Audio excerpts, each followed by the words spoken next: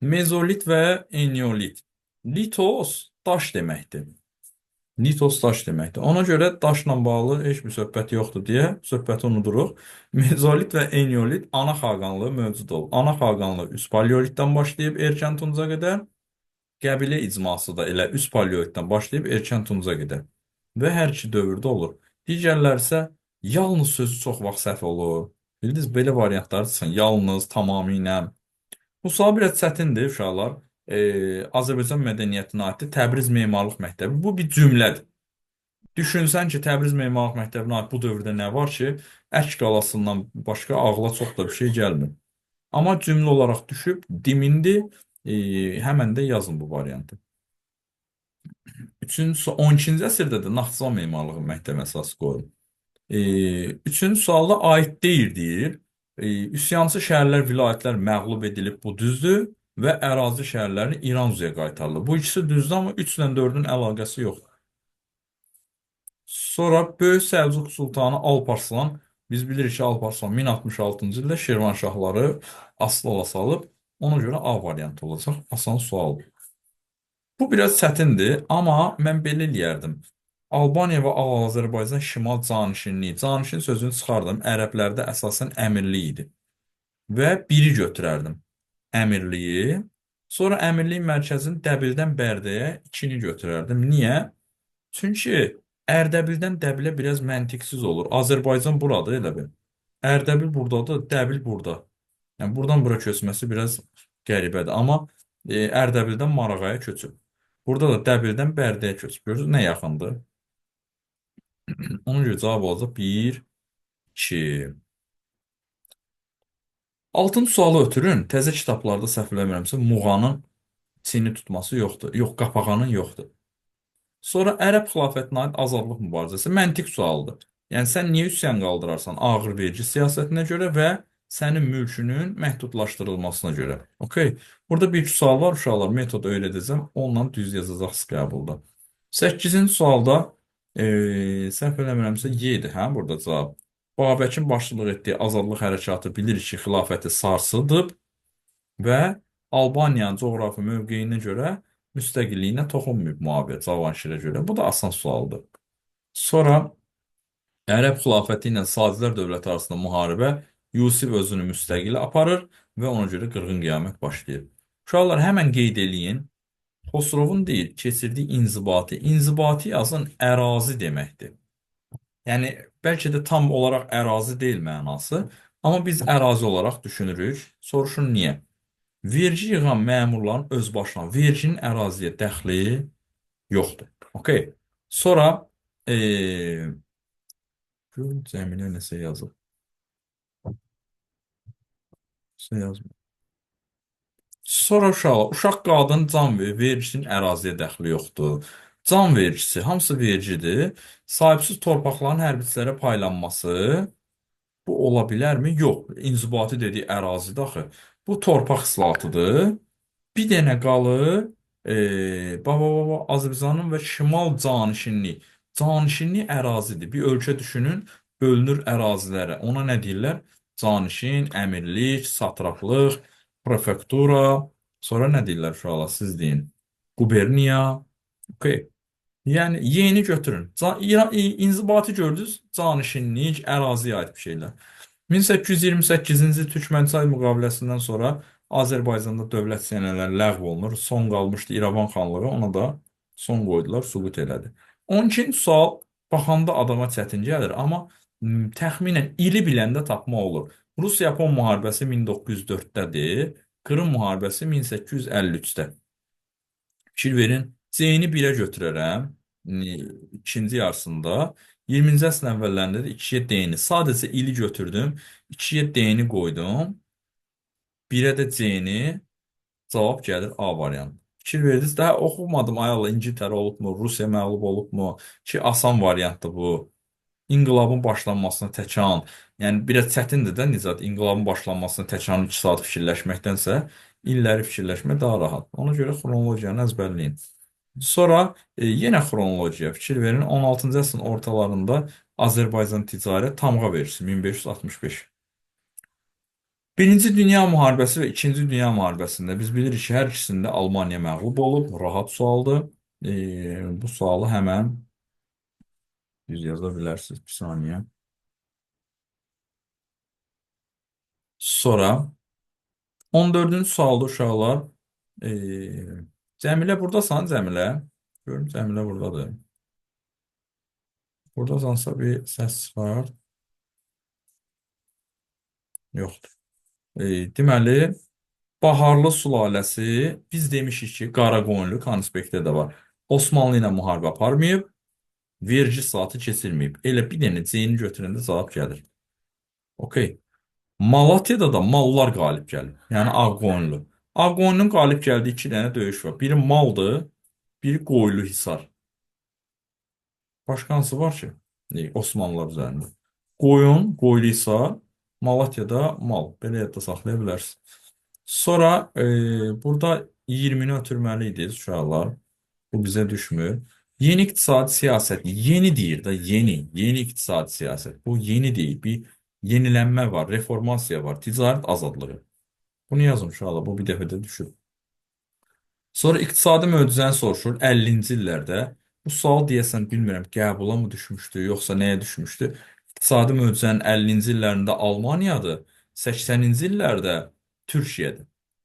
Onu qeyd eləsəz yaxşı olar. Sonra Xalq Cümhuriyyəti. Bu 16-cı sual səhv yazan döyülməlidir. Deyin niyə?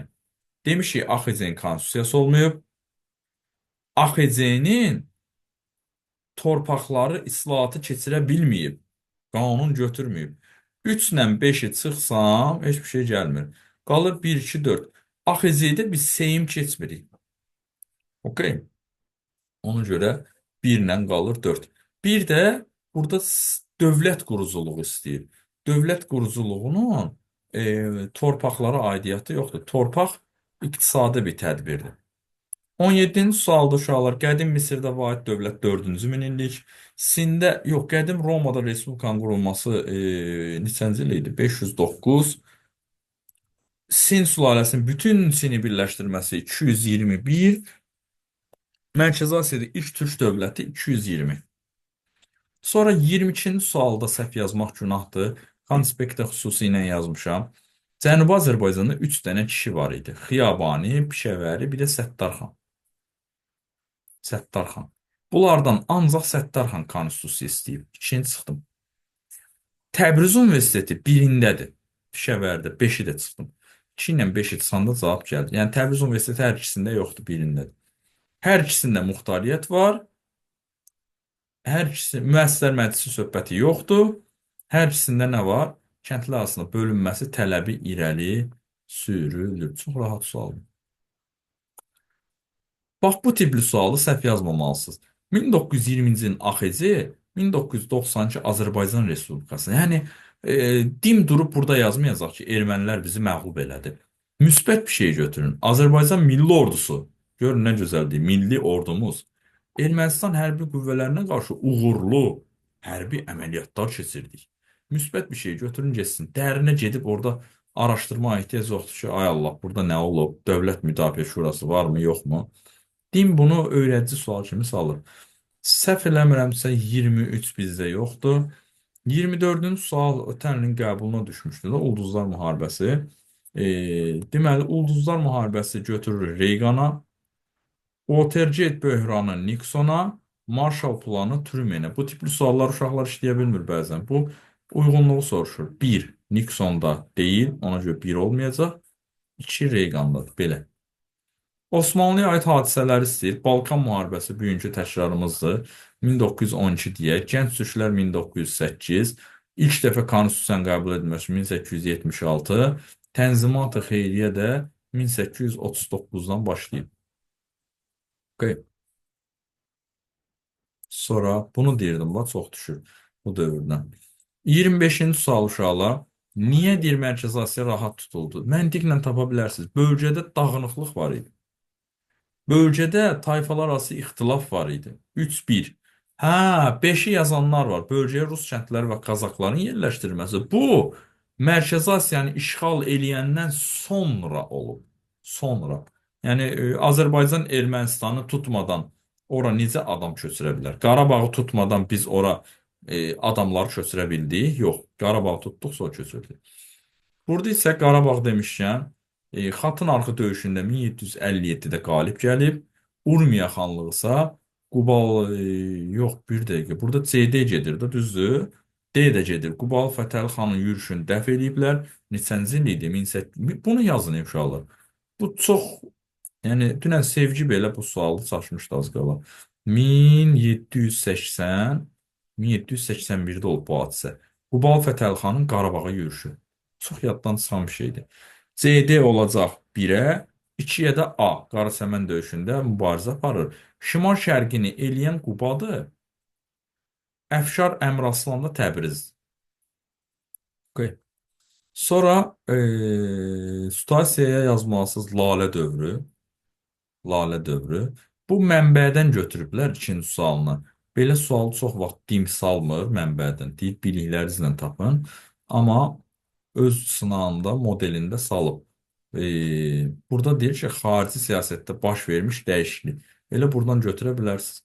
Avropaya qarşı hücum əvəzinə müdafiə taktikasına əsaslanan siyasət.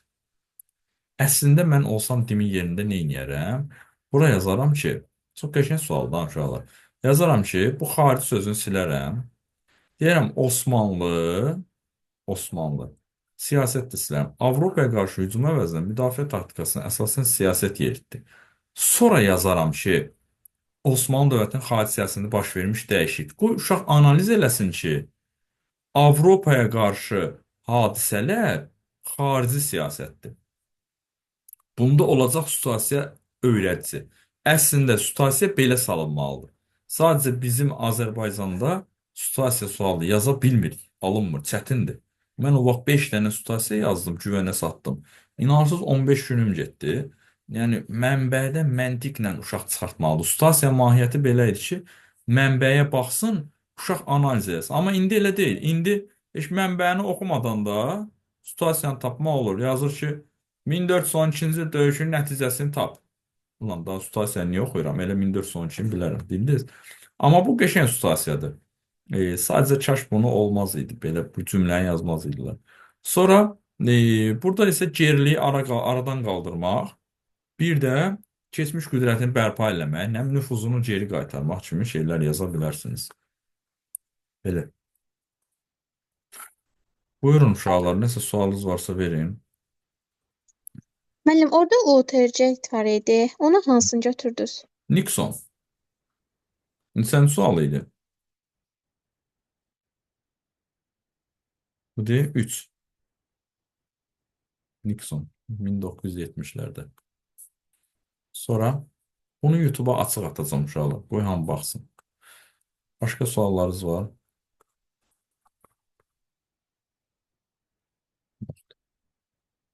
Tamam o zaman saxlayıram bunu uşaqlar. Kendinize iyi baxın. Gecəniz xeyrə qalsın. Bunu saxlayayım sonra.